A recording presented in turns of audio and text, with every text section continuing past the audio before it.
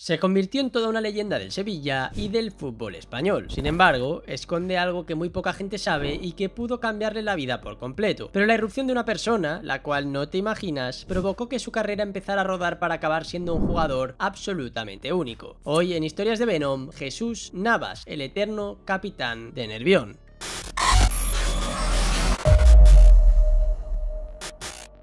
Todo equipo que se precie sueña contar con la figura de ese capitán que, con el paso del tiempo, convierte su nombre en sinónimo de lealtad, fidelidad y éxito. Pero conseguirlo no es nada sencillo dentro de un deporte tan volátil como es el fútbol. Sin embargo, existen ciertos clubes que sí pueden presumir de ello, como es el caso del Sevilla. En el estadio Ramón Sánchez Pizjuán han tenido la fortuna de disfrutar de Jesús Navas, uno de los mejores jugadores que ha dado el fútbol español en los últimos años y que se ha convertido en el hombre que mejor representa el escudo del equipo de Nervión. No obstante, todas las historias de amor, al menos en el mundo del fútbol, tienen un principio y un final. La de Navas y el Sevilla no iba a ser para menos. Cuando el futbolista andaluz hizo oficial su marcha del equipo de su corazón al término de la campaña 23-24, todo eran elogios hacia su figura y un fiel empeño por resaltar todo lo que Navas y su Sevilla habían conseguido juntos. Pero déjame decirte que el camino de Jesús Navas como sevillista no ha sido idílico ni muchísimo menos. Nos remontamos a noviembre del año 2003. En aquella época el Sevilla no estaba para tirar cohetes, las cosas como son. Venía de un tramo turbulento de su historia, donde la estabilidad económica e institucional no eran las óptimas. Aún así, poco a poco, paso a paso, la entidad hispalense fue sentando las bases de un proyecto austero en sus inicios, pero también ilusionante. Los encargados de ponerlo en marcha, en lo que a parcela deportiva se refiere, serían Monchi, desde la dirección deportiva, y Joaquín Caparrós, desde el banquillo. Ambos tuvieron muy claro que la cantera debía ser un pilar fundamental si no querían caer en los errores del pasado, así que empezaron a seguir muy de cerca a aquellos chavales que despuntaban en las categorías inferiores. Entre ellos se encontraba un niño delgadito y de poca estatura, pero que tenía una velocidad endiablada. Procedía de Los Palacios y Villafranca, había ingresado en la cantera con 15 años y su nombre era el de Jesús Navas González. Caparrós, al que jamás le tembló el pulso a la hora de apostar por aquellos talentos tan precoces, no dudó e hizo debutar a ese juvenil de apenas 18 años en toda una primera división. Fue en un partido frente al Español en Montjuic, entrando en el minuto 78 de juego en sustitución de Paco Gallardo. En ese preciso instante, la vida de ese chaval tímido y reservado cambiaría por completo. Fueron 4 partidos más los que Jesús Navas disputó con el primer equipo antes de que acabara esa temporada 2003-2004. Sin duda, la afición sevillista empezaba a ilusionarse con él, y no era para menos. Ver jugar a Navas era ver algo diferente. Su fútbol no era académico, sino más bien todo lo contrario. Se notaba que era un jugador con un talento superior, forjado en el barrio, a base de jugar esos partidos en los que no se le ponen frenos al regate ni tampoco a la improvisación. ¿Quién no quiere jugadores de este perfil en su equipo? Al fin y al cabo, son ellos los que marcan las diferencias, y en el Sevilla estaban de enhorabuena. Todo en torno a Jesús Navas era positivo, y él acababa de convertirse en la envidia de muchos chavales que deseaban estar en su pellejo. Pero paradójicamente, y contra todo pronóstico, aquí Navas experimentó uno de los peores momentos de su vida. Había mucha gente que no entendió que el sueño de Jesús Navas no era ser futbolista, sino más bien jugar al fútbol, que aunque parece lo mismo, es bien diferente. Él no perseguía la gloria, ni la fama, ni el dinero. Él solo quería pasar el día haciendo lo que más le gustaba y al terminar regresar a casa con los suyos. Esto último lo pudo hacer mientras estuvo fuera del foco mediático que supone formar parte del primer equipo de un club como el Sevilla, porque cuando esto sucede, tu vida cambia por completo. Así que volvamos a la pretemporada del Sevilla en 2004 y Joaquín Caparrós, el técnico que se había convertido en su padre deportivo, entre comillas, se marcha del club al no llegar a un acuerdo de renovación, y en su lugar llega un Juan de Ramos que, como era de esperar, contaría con Jesús Navas al menos para dicha pretemporada. Pasaron unos pocos días desde el inicio de la concentración y algo empezaba a ir mal. La cabeza de Jesús se llenaba de pensamientos negativos que le hacían cuestionarse si todo lo que estaba viviendo merecía la pena. Tanto fue así que una noche, dentro de la habitación que compartía con el veterano Paco Gallardo, aquel que presenció de primera mano su debut en la élite, Navas se derrumbó por completo. Acto seguido, abandonó la concentración sevillista acompañado de su agente, su padre y su hermano. Ni las palabras del presidente, ni los intentos de Gallardo por tranquilizarle, lograron que aquel joven Navas echase marcha atrás y dejase de poner en peligro todo lo que estaba logrando. Cuando se descubrió la noticia, todo el mundo empezó a preguntarse qué estaba ocurriendo. Finalmente, la respuesta llegó de forma contundente y preocupante. Jesús Navas empezaba a padecer ansiedad. Su salud mental pasaba por un momento de suma fragilidad que le llevó a perderse también el Mundial Sub-20. En unas declaraciones a relevo, el propio Paco Gallardo confesó algo que pone de manifiesto el infierno que estaba atravesando un Jesús que tenía un pensamiento diferente al resto, pese a la situación absolutamente extraordinaria que estaba viviendo. Y antes de contarte qué dijo exactamente el ex sevillista, me gustaría pedirte que le des like al vídeo y te suscribas al canal. Es un pequeño gesto que, como bien sabes, a mí me ayuda un montón. Y ahora sí, seguimos. Recuerdo una conversación en el VIPS que habían enfrente del estadio. Estaban Martí, David Castedo, Javi Navarro, Pablo Alfaro y yo. Era cuando él decía que no volvía. Nosotros le expusimos nuestra opinión y le intentamos hacer ver que tenía que mirar por su futuro. De repente él nos dijo: ¿ustedes no podéis entender que yo soy feliz jugando en mi pueblo con mis amigos? ¿Podéis entender eso? Y yo ahí pensé, ¿por qué no? ¿Por qué tiene que ser feliz con lo que piensa el resto? Y esto fue exactamente lo que contó Gallardo, y que deja a las claras que Jesús Navas se estaba viendo obligado a hacer algo que realmente no quería, pese a que era una oportunidad única para él. De ahí su ansiedad. Imagino que tuvieron que ser momentos muy duros para Jesús Navas, pero también para su familia y para todas esas personas que le habían acompañado en su aventura futbolística y que estaban viendo como aquel chaval de los Palacios estaba sufriendo por algo que, por norma general, debería estar produciendo el efecto contrario. ¿Te imaginas que en aquel instante Jesús Navas se hubiese ido del Sevilla para volver a jugar al fútbol como hobby en su barrio? Menos mal que finalmente reculó, gracias en gran medida a la ayuda de un jugador que jamás te habrías imaginado. Estate atento porque viene algo que muy poca gente sabe, y es que en agosto del año 2005 el Sevilla hace oficial la llegada de Javier Saviola al equipo. El delantero argentino, con pasado azulgrana, aterrizaba en Nervión bajo una gran ilusión y sin saber que sería la persona que ayudaría a Jesús Navas a salir del pozo. Sí, como lo oyes, desde el primer momento Saviola se convirtió en un pilar fundamental para Navas dentro del vestuario. El precoz futbolista andaluz vio en el atacante a una persona muy similar a él en cuanto a carácter se refiere, y su conexión fue tal que forjaron una amistad increíble que todavía a día de hoy perdura. De hecho, en más de una ocasión, Saviola ha contado que él y Navas eran inseparables y que solían comer juntos muchos días, bien en casa del andaluz en los Palacios junto a su familia, o bien en casa de Saviola con su madre. Saviola, con su experiencia de dar el salto tan pronto de River a todo un equipo como el Barcelona, supo desempeñar a la perfección el rol de tutor que Jesús Navas tanto ansiaba y que le permitió poder disfrutar del fútbol profesional. Juntos conquistaron aquella UEFA en Eindhoven que supuso un antes y un después, ya no solo para la historia del Sevilla, sino también para la historia de Jesús. El extremo sevillista empezó a labrar una carrera brillante en la élite que ha durado 2 décadas, y en la que aparte del Sevilla también ha defendido los colores del Manchester City y de la selección española. En total, Jesús Navas, en 2 etapas diferentes, ha ganado 2 Copas del Rey, una Supercopa de España, una Supercopa de Europa y 4 Europa Leagues, y con el City también levantó una Premier League y 2 Copas de Inglaterra. Finalmente, con la selección española, alcanzó la gloria en la Copa del Mundo de Sudáfrica en 2010, donde participó en la jugada clave que terminó en el golazo de Andrés Iniesta. Esa galopada que arrancó en campo propio será recordada para siempre por todos los españoles, y a ello también hay que sumarle una Eurocopa y una Nations League. En definitiva, Jesús Navas, como te decía al inicio de este vídeo, se ha convertido en uno de los mejores jugadores que ha visto el fútbol español en los últimos años. Menos mal que pudo superar sus problemas mentales, porque de lo contrario nos hubiese privado de disfrutar de un pedazo de pelotero. Y por cierto, Jesús Navas tuvo a José María del Nido Benavente como presidente en su primera etapa como futbolista del Sevilla, y pudo ver cómo se las gastaba el directivo. Del Nido a punto estuvo de dejarle sin ir al Manchester City, dado que su forma de negociar era un tanto peculiar, igual que otras muchas cosas que le rodean y que te cuento en el vídeo que te dejo en las tarjetas. No te lo pierdas, porque Del Nido ha sido y es uno de los personajes más polémicos del fútbol español. Y ahora me gustaría preguntarte si sabías todo esto que le había pasado a Jesús Navas. ¿Crees que de no ser por Saviola habría dejado el fútbol profesional? Te leo en comentarios, y si te ha gustado el vídeo no olvides suscribirte y darle like, y si te interesa seguir la actualidad del Barça te invito a seguir también el canal del Spider Culé. Gracias por verme, recuerda que esto no es nada sin ustedes y nos vemos en próximos vídeos aquí en las historias de Venom.